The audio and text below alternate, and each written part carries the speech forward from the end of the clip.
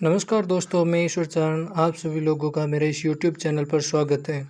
आज हम इस वीडियो में on his blindness bye John Milton के बारे में अध्ययन करेंगे। जॉन मिल्टन जिनका जन्म 9 दिसंबर 1608 में और इनकी मृत्यु 8 नवंबर 1674 में हुई। जॉन मिल्टन साहब प्यूरिटन एज से बिलोंग करते हैं। प्यूरिटन एज 1666 टू 1660, 1617 या 16 से 1660 तक ये प्यूरिटन एज का पीरियड माना जाता है। और मिल्टन साहब प्यूरिटन एज से बिलोंग करते हैं। एंड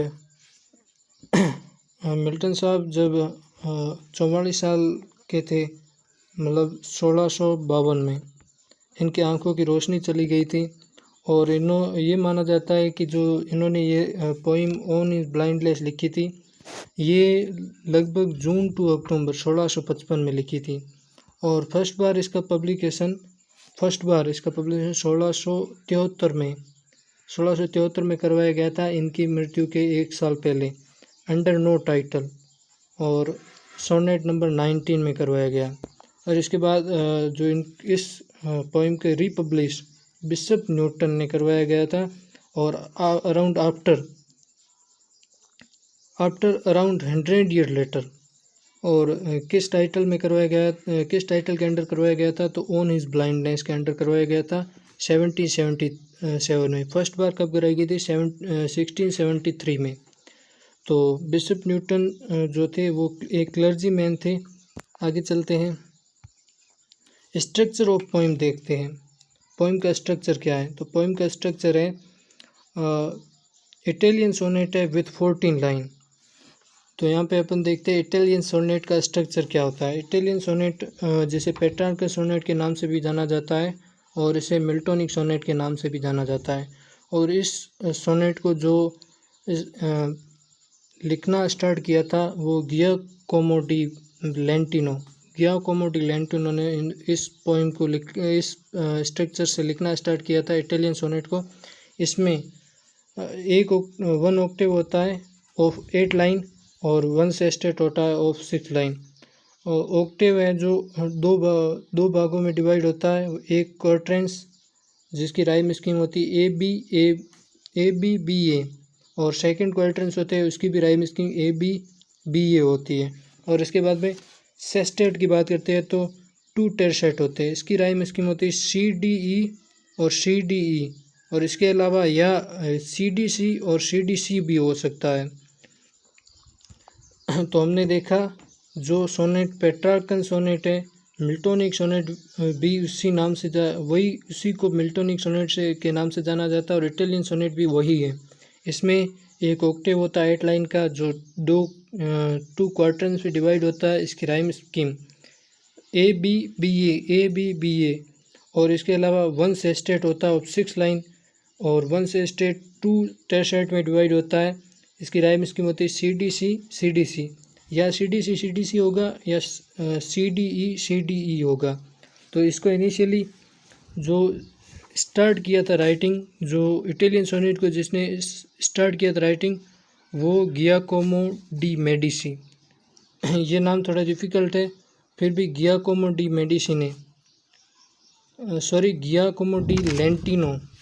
लेंटिनो ने लिखना स्टार्ट किया था। आगे चलते हैं। इसके अलावा जो सेकंड टाइम की सोनेट होती है, जैसे इंग्लिश सोनेट बोला जाता है और ये शेक्सपियरियन सोनेट भी बोला जाता है। ऐसे लिखना स्टार्ट जो इटालियन सोनेट से इंग्लिश सोनेट में जो स्टार्टिंग में लिखना स्टार्ट किया था थॉमस वेट और हेनरी हॉवर्ड ने। जो हेनरी हॉवर्ड को द अर्ल ऑफ सरे के नाम से जाना जाता है। तो इसकी हम स्ट्रक्चर देखेंगे, इसके राइम स्कीम देखेंगे इंग्लिश सोनेट की। तो ये 3 क्वार्टेंस में डिवाइड होती है, 3 क्वार्टेंस ऑफ 4 लाइन। तो इसकी राइम स्कीम होती है A B C D E F. और 1 कपलेट होता है, 1 कपलेट जी। और जो हीरोइक कपलेट होता है वो दांते साहब ने लिखना स्टार्ट किया था। आगे चलते हैं स्पेंसरियन सोनेट की।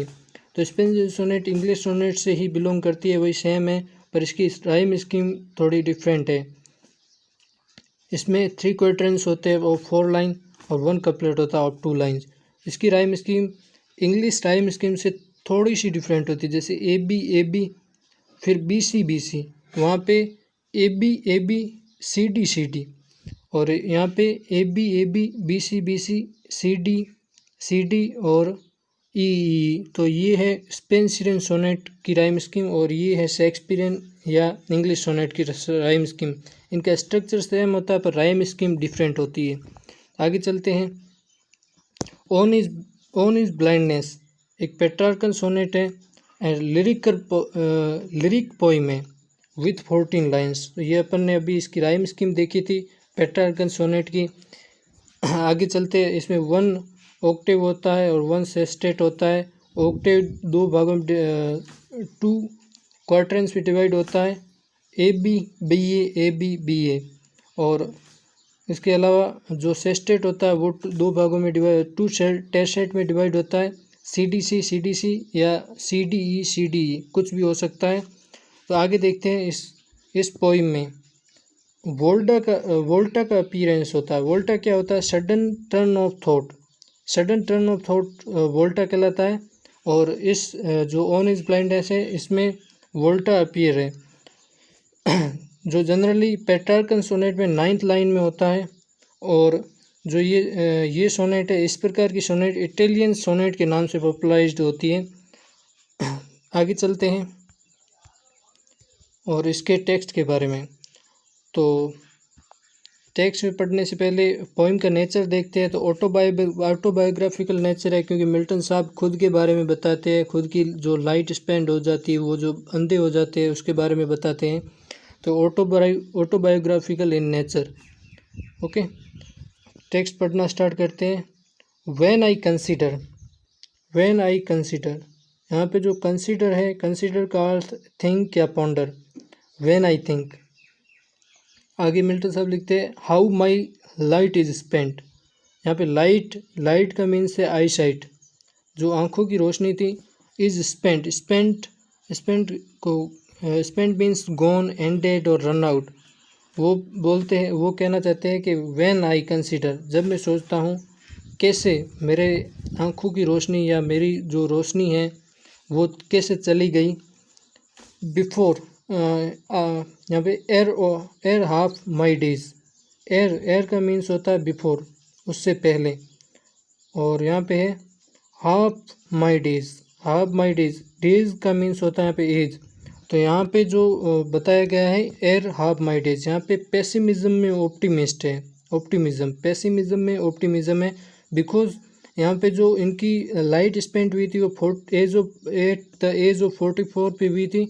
बट यहाँ पे मिल्टन साहब कहना चाहते हैं कि एटलीस्ट कम से कम वो 88 ईयर तक जो अपना जीवित रहेंगे। मतलब वो यहाँ पे बता रहे हैं कि वो हाफ ऑफ माई डेज, मतलब उनके आधी उम्र पे उनकी रोशनी चली गई थी। तो ये 1/2, तो 44 साल पे उनकी रोशनी चली गई। तो हाफ यहाँ पे इसको बता रहे हैं। तो यहाँ पे कम से कम वो 88 ईयर मान के चल रहे कि उनकी उम्र होगी या 88 साल वो जिएंगे। आगे in this dark world and wide. तो वो बता दें कि इस जो ग्लूमी दुनिया है, ग्लूमी क्यों है कि उनकी आंखों की रोशनी चली गई थी। वर्ल्ड एंड वाइड, और ये जो विशाल दुनिया है यहाँ पे वर्ल्ड एंड वाइड, डब्ल्यू का जो यहाँ पे रिपीटेशन होता है, जो ये साउंड रिपीट हो रहा है, तो यहाँ पे ये एलिट्रेशन है। आगे चलते हैं। And that one talent. तो यहाँ पे टैलेंट यहाँ पे प्रतिभा को बताया गया और यहाँ पे ये पन दर्शाता है, पन। Which is that to hide, जिस टैलेंट को छिपाना मौत के समान या क्राइम है। आगे है lodge with me useless. Lodged का यहाँ पे होता है स्टेट, जो मुझे यूजलेस रखता है। Thought my soul more bent. तो यहाँ पे वो मिल्टन साहब कहते हैं कि मेरी जो आत्मा है वो मोर डिटरमाइंड है। बेंट का यहाँ पे डिटरमाइंड है। टू सर्व देयर विथ यहाँ पे टैलेंट, वो टैलेंट के साथ सर्व करने के लिए डिटरमाइंड है। माई मेकर, किसको, जो मेरा मेकर है, मेकर यहाँ पे कौन है, गॉड, गॉड ही मेकर है मनुष्य का, मैन का क्रिएटर, मेकर कौन है, गॉड।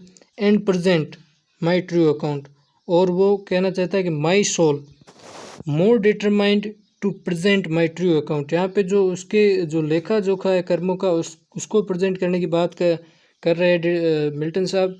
लीस्ट ही रिटर्निंग चाइल्ड, तो यहाँ पे वो कह रहे हैं कि अगर ये नहीं किया, जो प्रेजेंट नहीं किया, सर्व नहीं किया, तो वो गॉड के द्वारा डांटे जाएंगे या फिर गॉड के द्वारा उनको चाइल्ड स्कोल्ड किया जाएगा। आगे डथ गॉड एग्जैक्ट, तो यहाँ पे डथ का मीन्स होता है डज और एग्जैक्ट का मीन होता है डिमांड। तो यहाँ पे कहते हैं क्या गॉड डिमांड करता है डे लेबर, किसकी डिमांड करता है, डे लेबर, जो दिन में किए गए कार्यों की। क्या गॉड डिमांड करता है डे में किए गए कार्यों की, किससे, लाइट डे नाइट।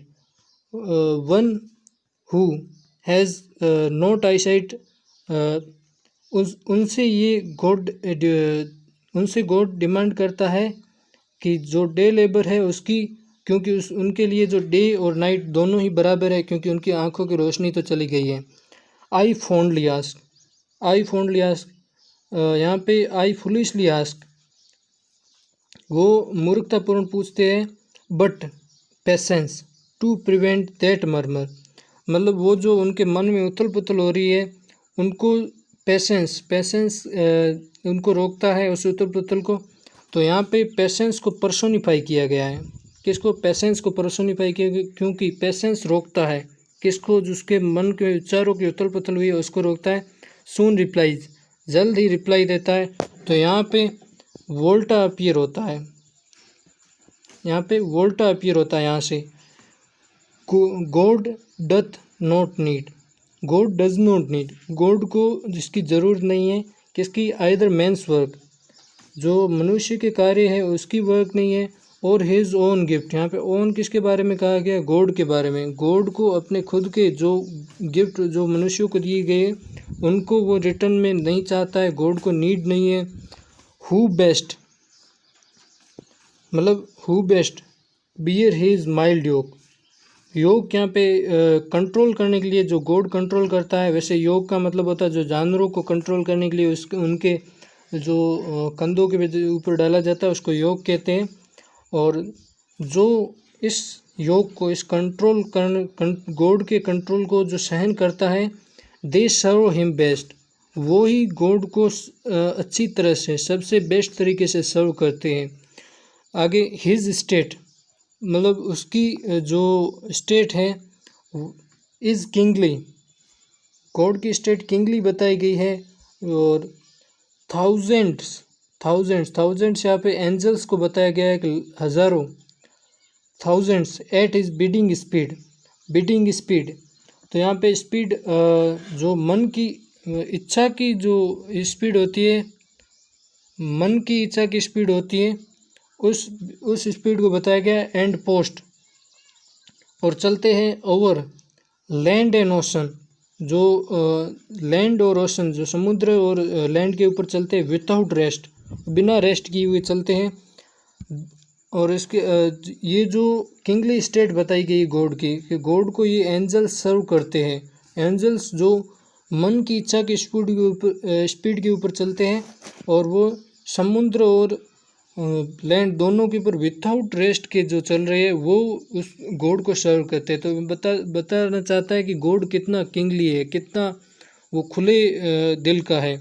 तो वो कभी डिमांड नहीं करता मैन के वर्क की, या जो मैन को, आदमी को उसने गिफ्ट दिए है उसको रिटर्न की वो कभी भी इच्छा नहीं रखता है। आगे लास्ट लाइन में यहाँ पे दे ऑल्सो सर्व, मतलब वो भी सर्व करते हैं। हु, कौन, ओनली स्टैंड एंड वेट, जो खड़े रहते हैं और इंतज़ार करते हैं, वो भी गॉड को सर्व करते हैं। तो यहाँ पे पैराडॉक्स है, क्यों, कि जो खड़े रहते हैं वो कैसे सर्व कर सकते हैं, पर यहाँ पे बताया गया कि they also serve who only stand and wait. तो यहाँ पे पैराडॉक्स आया गया क्योंकि कॉन्ट्राडिक्टरी बात है। आगे चलते हैं इस पोइम में किस मीटर के बारे में, पोइम में जो मीटर है उसके बारे में देखते हैं। तो पोइम में आयम्बिक पेंटामीटर है। आयम्बिक पेंटामीटर में 5 आयम्स होते हैं, 5 आयम्स, और एक आयम्स में अनएक्सेंटेड और एक्सेंटेड सिलेबल होता है, मतलब एक स्ट्रेट सिलेबल होगा, एक अनस्ट्रेट सिलेबल होगा। तो इसमें जैसे इसकी पोइम पढ़ते हैं। तो फिर when I consider how my life is spent, तो जो उतार चढ़ाव होता है साउंड का, जो स्ट्रेस साउंड होते हैं और अनस्ट्रेस साउंड होते हैं, इन दोनों का एक आयम बनता है। और आयम्बिक पेंटामीटर में टोटल 5 आयम्स होते हैं और इसमें टोटल 10 सिलेबल होते हैं। तो इसी प्रकार से पूरी जो 14 लाइनों की ये जो 14 लाइनों की ये पोइम है, 14 लाइन्स में हर लाइन में आयम्बिक पेंटामीटर है, मतलब इस तरह से 5 आयम बनेंगे और 10 सिलेबल्स होंगे। जैसे 5 अनस्ट्रेस्ड हो गए, 5 स्ट्रेस्ड हो गए। Thank you friends for watching my video. Please like and subscribe my channel and share more and more to help your friend. Thank you. Please support me and अगली video में मैं आपके लिए poem go and catch a falling star John Donne के द्वारा लिखी गई वो लेके आऊँगा। और मैं आशा करता हूँ कि आप सभी लोगों का फर्स्ट ग्रेड जो संस्कृत डिपार्टमेंट का है उसमें सिलेक्शन हो जाए। और थैंक यू।